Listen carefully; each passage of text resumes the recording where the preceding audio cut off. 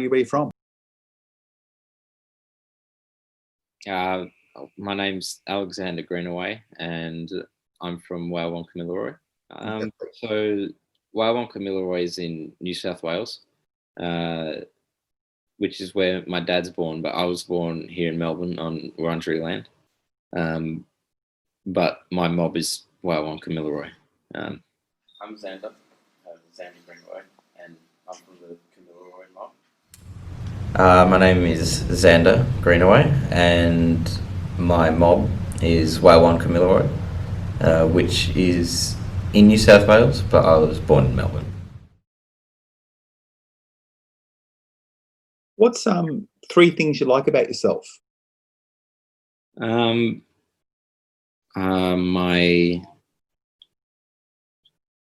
like my resilience. How I'm able to sort of respond to problems, and sort of keep a cool head and figure out a resolution. I like my creativity. I think that's something I quite enjoy having. That sort of ability to think outside the box sometimes, and have that sort of flair. And I guess I like the way I'm able to communicate with others and forge connections with other people, like-minded or otherwise. What's something you're very proud of that you've achieved? I'm proud of sort of getting to where I am today.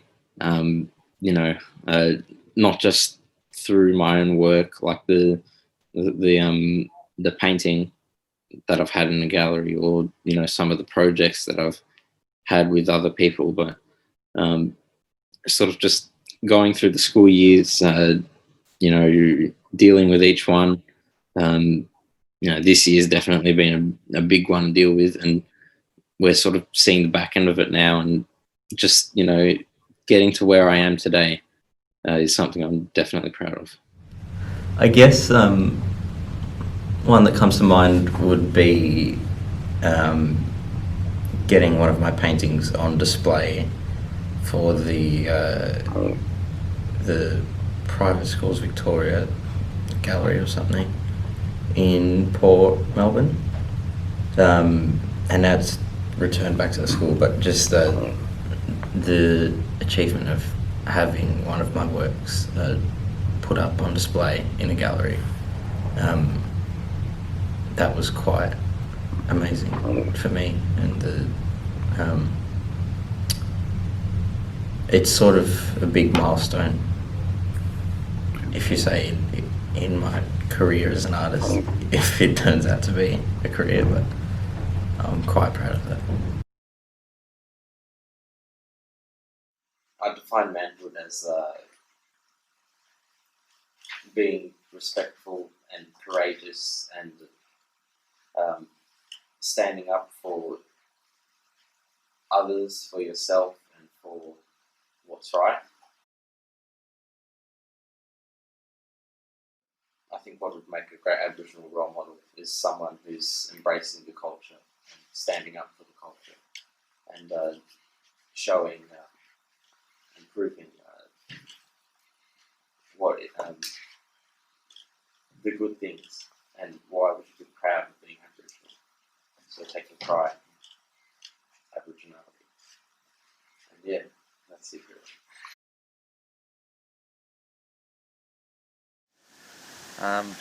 One of the stereotypes that I'd like to educate people about is Aboriginal art. A lot of it is stereotypically sort of dot paintings, and my father, he made a line of merchandise or clothing, and the main slogan of it was "No dots down here," because in Victoria, in the Koori region, which is Victoria, New South Wales, the art is not dot painting, it's predominantly not line work. So a lot of the stereotypical Aboriginal art is sort of dots, and that's mainly what you see in sort of merchandise and souvenir shops, but a lot of it in Victoria is line work, and that's something that isn't showcased enough. So I'd like to educate about that stereotype. Nice and high, big arc, and get that going. Do you want me to put water in it? If you could be an animal or a totem, what would you be and why? I'd be a jaguar because I'd be able to sprint faster. If you wrote your life story, what would you call it and why? I'd probably call my life story life because it's not quite interesting, and it's just a regular life, so just make it nice and relatable. What would your dream job be and why? It'd probably be to be a graphic designer because I like the arts, and I like the idea of incorporating culture and creativity into brands and advertising something bigger. Yep. Boring desk job that pays but just brings nothing to light. If I could, probably be some sort of someone in the design sector, so maybe like an industrial designer or a graphic designer.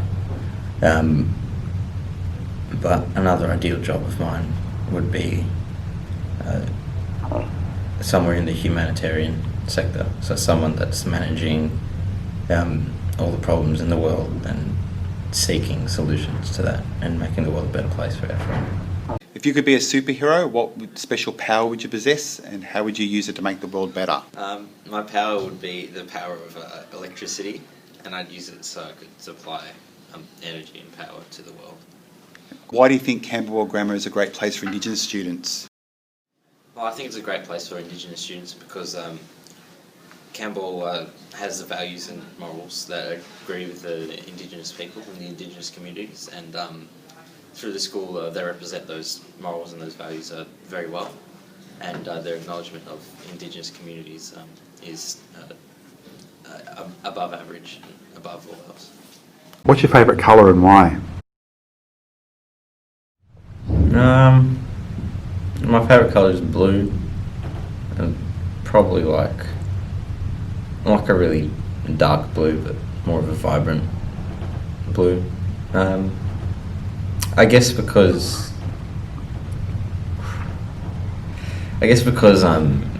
you look at the sky, you see all those different changing colours, and there's a lot of nice blues in the sky when you look up, where it stayed all night. So I guess I'm inspired by that.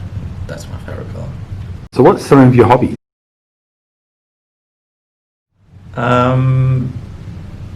I like playing soccer. That's my favourite sport and one of my favourite hobbies. I'm quite an artist myself as well, so I like experimenting around with different mediums and just making and creating new things and expressing myself in different ways. What is one Indigenous issue that you're really passionate about? I'm really passionate about the perception of Indigenous Australians by the wider public, and changing that perception, because over the last few decades or so, even though we've been building bridges and or rebuilding bridges, mending and repairing the wounds between the relations between Indigenous Australians and everyone else in Australia and the world, there's still that underlying sort of discrimination against Indigenous Australians, this sort of negative view that's shared commonly by the public. And I think that needs to be managed, needs to be repaired, because we are a human and we are the same as everyone else, and we should be treated that way, just as everyone else should. What impact would you like to make in Indigenous affairs and why? So the impact I'd like to make in Indigenous affairs would be to change,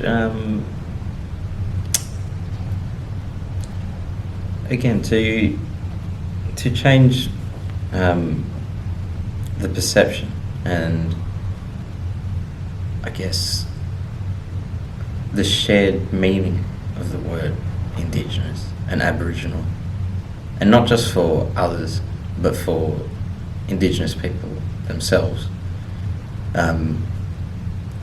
because really and culturally it's something that we should be proud of. It's something that it's a bond that we share. It's something that brings us together, not something that should tear us apart. And I guess we shouldn't hide it anymore. We shouldn't see it as a negative, see it as a burden. We should embrace it, and we should accept it, and we should celebrate it. And I think over the future we should improve that collectively, not just as general public and as everyone else celebrating Indigenous people, but Indigenous people celebrating Indigenous people as well. What have you enjoyed about AJ's mentoring program? I've enjoyed the sense of camaraderie and the sort of closeness within the group that's developed over the past few years, and just the way that over time the project has developed and grown and evolved into something that's quite helpful for me and the other guys. What makes you proud to be Aboriginal? What makes me proud to be Aboriginal is it's part of who I am. It's part of my ancestry, my history, and I think being a part of this community, it's a very loving, caring community. I've been a part of it my entire life. Met amazing people through it. I think that's sort of the spirit that is associated with the Aboriginal community. It makes me sort of proud to be a part of this amazing group of people, and that's one of the things that I think makes me proud to be who I am. One thing I really love about being Aboriginal is the connections that I have and ties that I have to other people in my family, outside of family as well. So a lot of the things that I do with my father and outside of school as well, and just some of the gatherings that I go to and some of the stuff that he does for work and outside of work really connects me with my culture. So that's something I love about being Aboriginal. How do you define racism? Well, I'd say it's the discrimination or exclusion or mistreatment of someone based on their skin color, their appearance, or their history or heritage, or their cultural background or upbringing. And I reckon it's an injustice, of course, but it's something that is there. It's something that always has been there, but hopefully won't always be there. And hopefully, especially this year's been a big year for racism. Not for promoting racism, but for talking about racism, trying to spread awareness, educate people how we should eliminate it, and hopefully this year the term can become redundant and can sort of after this year can sort of start to phase out of history, because it's been around for a long time. And if you look at someone like myself, people would look at me, they wouldn't assume me to be Aboriginal, but here I am. So I think it's important to get rid of racism and not define each other about how we look, but more about who we are on the inside and what connects us as people. What makes a person racist? It's tough because I can't. It's tough because everyone has a different view, everyone has a different perception. You know, something that someone might say might be perceived differently to how I perceive it. But anyone that is going ahead and you know, judging and discriminating and excluding people based on their sort of cultural history and their heritage and their beliefs and their values and their appearance and, you know, their sort of identity, that could be considered racist. I reckon that's what I'd consider to be racist. What qualities make up a great leader? Someone who doesn't command. When I say this, I'm reminded of I think it was Alexander the Great, or how he was described during his many battles and many wars and conquests. He was described as someone that fought with his soldiers rather than commanded them to battle.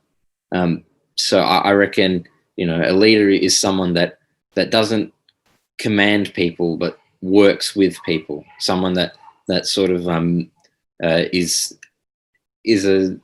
works within his community, works within his people, works within his sort of group, and makes that sort of feeling of connection amongst everyone rather than sort of isolating themselves at the top. I think that's what a good leader. Those are the most important qualities that a good leader should have. Do you have an Aboriginal hero? Well, I think one of my inspirations in the Aboriginal community, it's probably a strange one, but Robert Namatjira, the painter, and his family as well, because the sort of the culture and the identity that he's sort of embodied within his life work, and then the way that his family has gone about using it, well, not using it, but displaying it, using it as a way to tell a story, I think is a brilliant example of how the Indigenous community sort of is able to share their story and pass on, you know, our experiences, our lives, our culture, and our identity. Another one I'd say would be Adam Goodes as well, just because his sort of courage and bravery to sort of stand up to the discrimination that he's faced over the past. You know, he's definitely incited a lot of conversation, a lot of awareness about racism, not just in general, but towards the Aboriginal community. So he's definitely an inspiration for me, as well as for many other Indigenous people. And then probably the last person that I look up to would be my grandfather, who he was one of the protesters leading up to the 1967 referendum. And he protested for Aboriginal rights, and he didn't live long enough to see his work be paid off, but you know, he definitely made a large contribution towards advocating for those rights, and in the end, you know, it was a resounding yes. And you know, to see how dedicated he was to bringing Aboriginal rights to our community, and then to see that his work paid off and was successful, that's really inspiring to me. What aspects of culture has been lost within your family? I would say yes, because we haven't really You know, language is definitely not an aspect of our family. You know, we haven't really been as integrated in the Indigenous community as others would be. For example, like you know, we're not as integrated into sort of community as someone up in Alice Springs might be. So, you know, we definitely have our connections and our ties, but we're because of the sort of nature of urban Australian life and the sort of lives that we live, it's a bit lost, and this sort of the sort of traditional culture and this traditional Aboriginal culture has somewhat been lost, especially in a city like Melbourne. It's a bit harder to sort of maintain those traditions that we've had. But in saying that, there's also been a lot of culture that's been kept within our family, like, you know, through paintings, through possum skins, these little artifacts that we keep around our house, that have a story, that share a story, that tell a story. These sort of things, you know, of course, like I said with my grandfather before, you know, that's a bit of culture and identity that we've retained over the years. You know, his story was fairly lost for a while. So the fact that we've retained it and we've kept it within our family is how we've sort of kept our own culture as well. You know, also with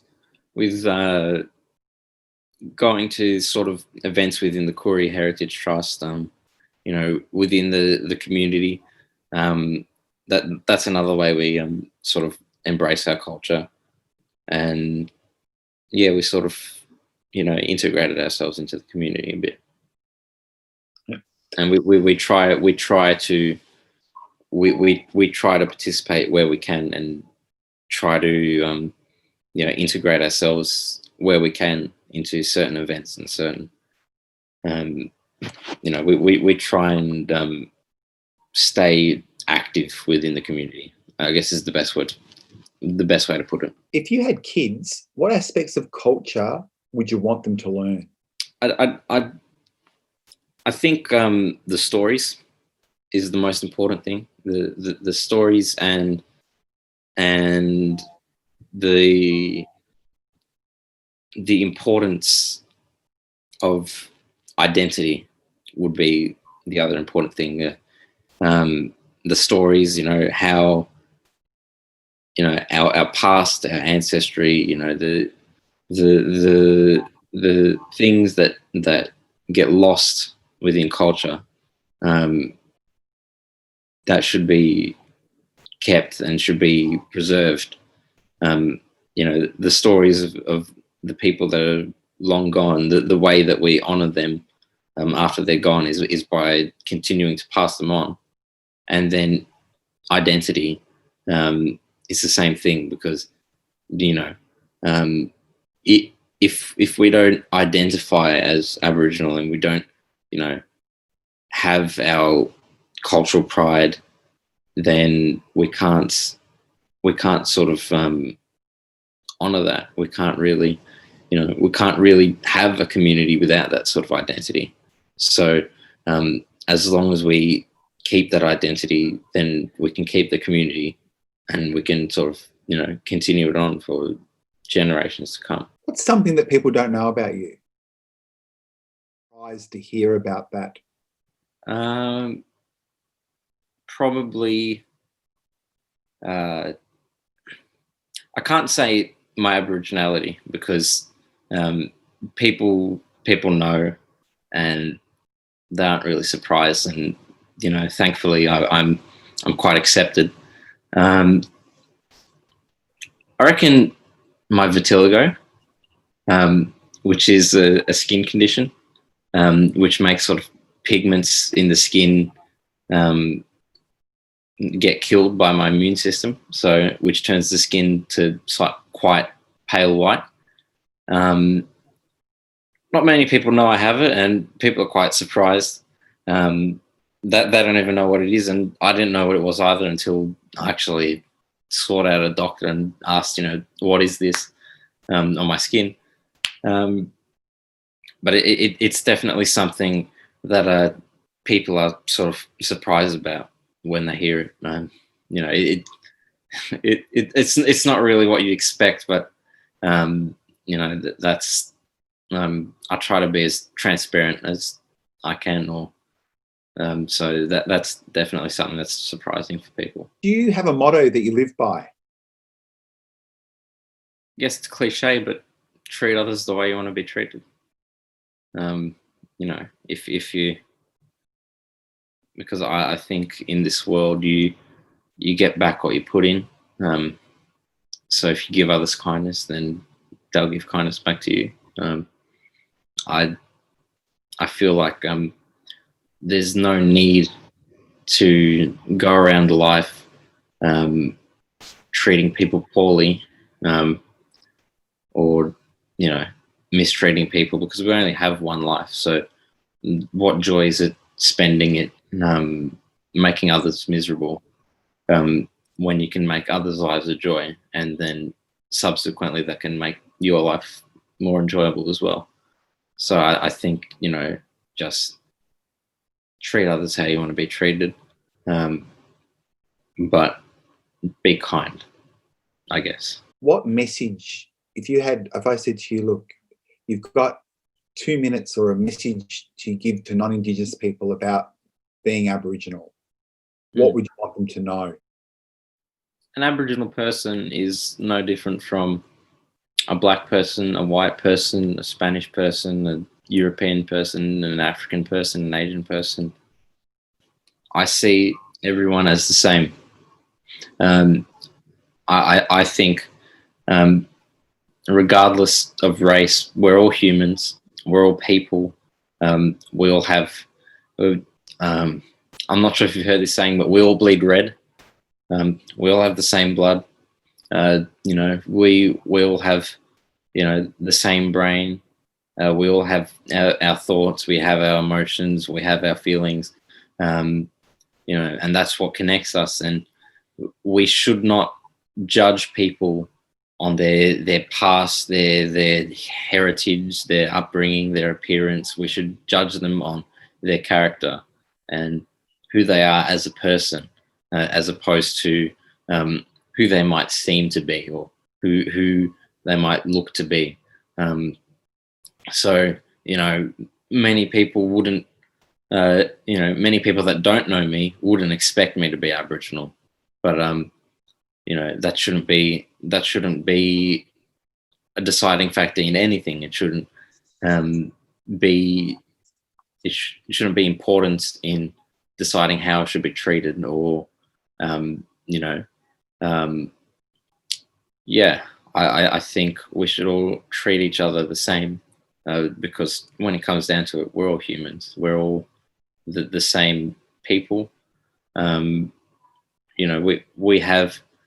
We might have differences, but these differences should be embraced, and these are the things that should bring us together. So we should all treat each other the same, regardless of race, ethnicity, whatever.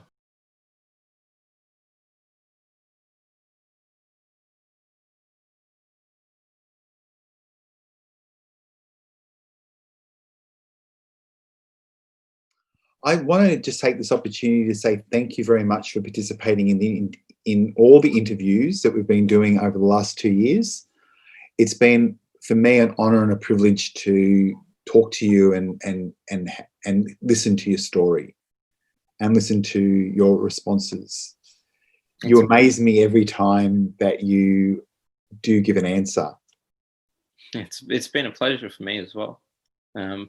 There's definitely been some hard-hitting questions. It's very thought-provoking for me, but it has been a pleasure, and it's been. I guess you'd have to watch back and see how my sort of thought processes, my sort of cognitive responses, has changed over the few years. But it's been a pleasure. It's been good fun. No, thanks, mate.